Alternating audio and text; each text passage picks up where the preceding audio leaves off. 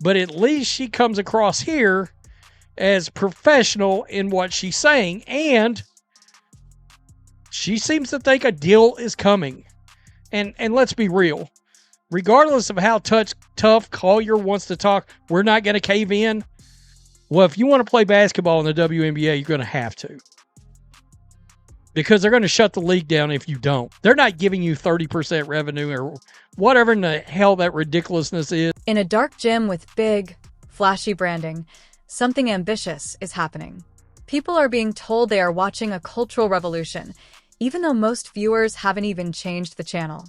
The idea seems simple. Take the excitement that followed Caitlin Clark and copy it onto Paige Bueckers, hoping the ratings will suddenly rise. But what actually happened is much more confusing, a little funny, and impossible to ignore.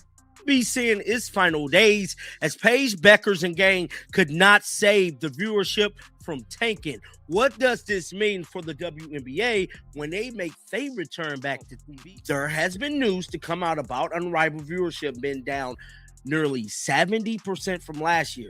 Now, I'm going to tell y'all why this is bad. Because last year, it wasn't like they was cracking hella views to begin with.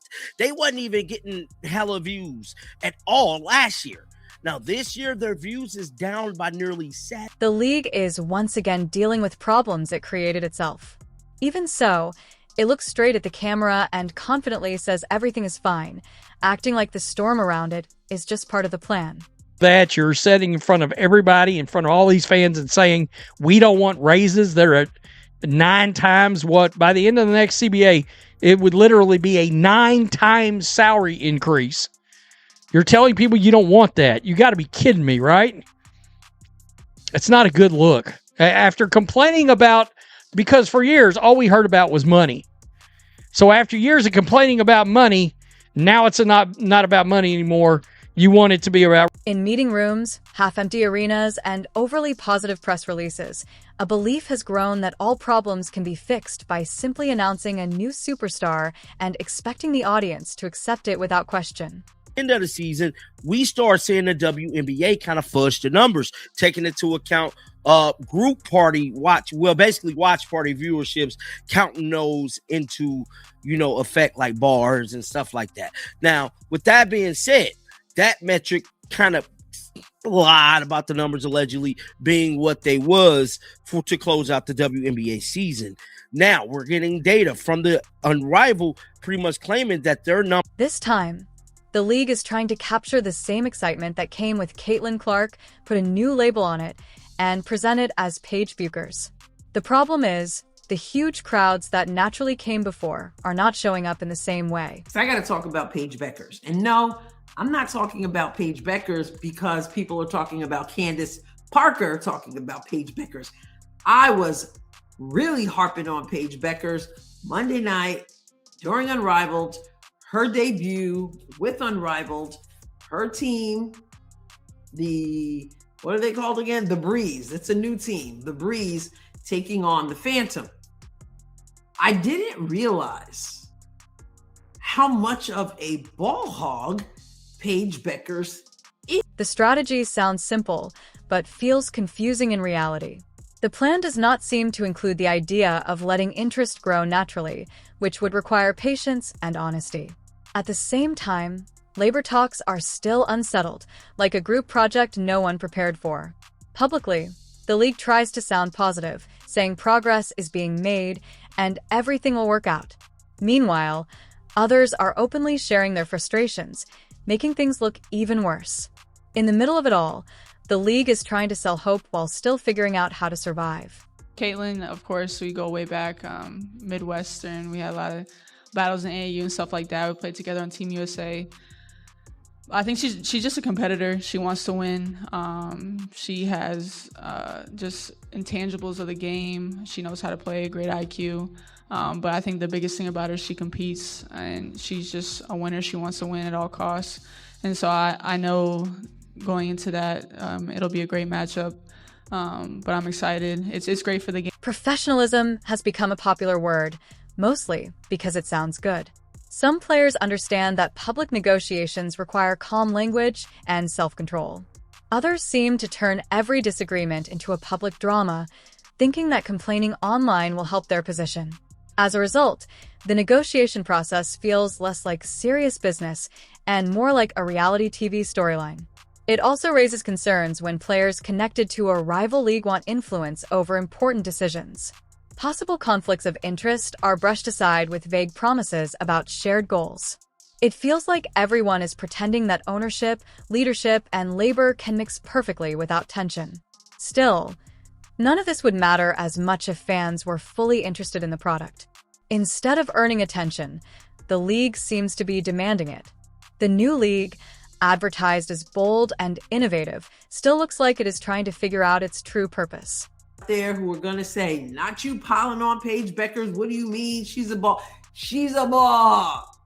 She was playing 1-on-3 in that game on Monday night. So yes, I know she scored 24 points. I expect her to score 24 points because she didn't want to pass the ball. Now, you might say, well, Adrian, she had 6 assists. The games are promoted as groundbreaking and exciting, and the players are called icons. But viewers quietly wonder why the arena looks dim and why the games feel more like practice matches than must-watch events. In this setting, Paige Bueckers steps in. She is not simply allowed to grow naturally as a professional player. Instead, she is presented as someone who must carry the hopes of the entire league.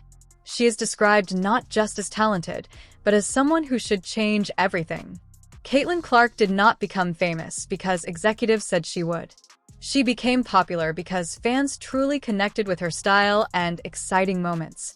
Trying to recreate that same impact just by insisting on it misses what made it special. Oh, the first set of unrivaled ratings are in, and it's been kind of grim. And by kind of grim, I mean really, really grim. If you are unrivaled, this is if these are your ratings every single week on True TV, it's not the biggest disaster in the world, because by the looks of things, these True TV ratings were similar enough to what they were a year ago. Similar enough to what they were a year ago. League leaders talk about culture as if it matters more than competition. It sometimes feels like they believe fans watch for the vibe instead of the actual basketball. Culture and messaging are pushed as the main selling points, while the game itself feels secondary. Fans are expected to care deeply about identity and symbolism, even if they cannot remember the teams or results the next day. Games are described as historic, yet they barely make an impact in the larger sports world. A big performance is celebrated inside the league, while most people outside do not even notice. Announcing percentage growth without explaining the starting numbers may sound impressive, but it does not build real trust. Numbers going around on the internet, and it doesn't look good at all. But I do want to tell you guys that this isn't the final number. All right, this is just, I believe, a certain age group. I think it's like 18 to 49, and they didn't necessarily count everybody who was watching on HBO Max, all that good stuff. I think it will finish around 200,000, 190,000 like it did last year. I don't think it'll be an increase like that, although they did add a good amount of new players. There is strong confidence when talking about partnerships with bigger, established leagues, even though the league is still trying to prove it can succeed on its own. Offers are presented as if they are powerful opportunities, not requests for support. It feels optimistic, almost unrealistic. Meanwhile, arenas are still small, attendance is limited, and the largest crowds usually show up when a certain team from Indiana comes to town. This is not criticism of Paige Bueckers' talent, but of the heavy expectations placed on her. A star cannot create excitement alone, and no branding can replace the natural connection between a player and the fans. Unrivaled is sustainable, they say. They say. Ratings have come out for Unrivaled, and folks, if I was to say fall off a cliff, if I was to say significant drop-off, I would be underselling how underperforming day one of Unrivaled really was. Remember during the WNBA season? Oh my gosh, all the ratings, the record ratings, blah. The situation is made more complicated by the feeling that the league promotes its own circle while ignoring outsiders. Certain schools, stories, and former players seem to stay in the spotlight through leadership roles and media praise. This creates a cycle where being familiar is mistaken for being dominant. But sports fans are not required to care just because they are told to. Interest is not a favor fans owe to a league. It must be earned through exciting competition, good storytelling, and real, unforgettable moments. Saying someone is great is easy. Keeping people's attention is much harder. As deadlines get closer and negotiations continue, the league tries to sound calm while also showing urgency. Expansion plans and free agency add pressure, even though progress feels slow. In the end, trying to give Paige Bueckers the same impact as Caitlin Clark shows a misunderstanding of how stars are truly created. Real growth takes patience, honesty, and the courage to face reality instead of simply rebranding it. Said, the fact that the Rose and Lunar Owls on the primetime slot on TNT had this, I don't think this is 40,000 viewers, because I think this is the NA is the actual viewers. I think this is like the ratings numbers. I think this is in and around 100,000 viewers, which isn't good. Last year it was, am I right in saying last year at 1.0? No, last year was 0.1. For now, the show goes on. There are big promises, carefully chosen positive words, and constant hope that the audience will respond just because they are being asked to. But the excitement does not match the advertising. It feels quiet, even though it was supposed to feel loud and thrilling. And that silence is what no one wants to admit. Silence cannot be turned into a trending topic. It cannot boost statistics or magically turn culture into money.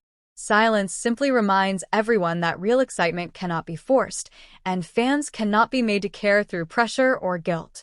You can change the name, update the graphics, dim the lights, and talk about a big vision, but silence does not react. This approach avoids blaming leadership and instead quietly suggests the public is at fault for not showing enough interest. Time window of games. The 8 o'clock game and the 9:15 game, or the 9:30 game, whatever heck time it was. 175,000 viewers. The afternoon window averaged 107,000 viewers. All that, if you're a 90s baby, you know. All that is down from 208,000 average viewership during regular season games in unrivaled year. The truth is, the Caitlin Clark effect was never complicated. It came from real competition, natural moments, and a player who performed strongly under pressure. The excitement followed what happened on the court. It was not created by marketing alone. Trying to copy that by focusing more on image than performance is like caring more about the box than what is inside it.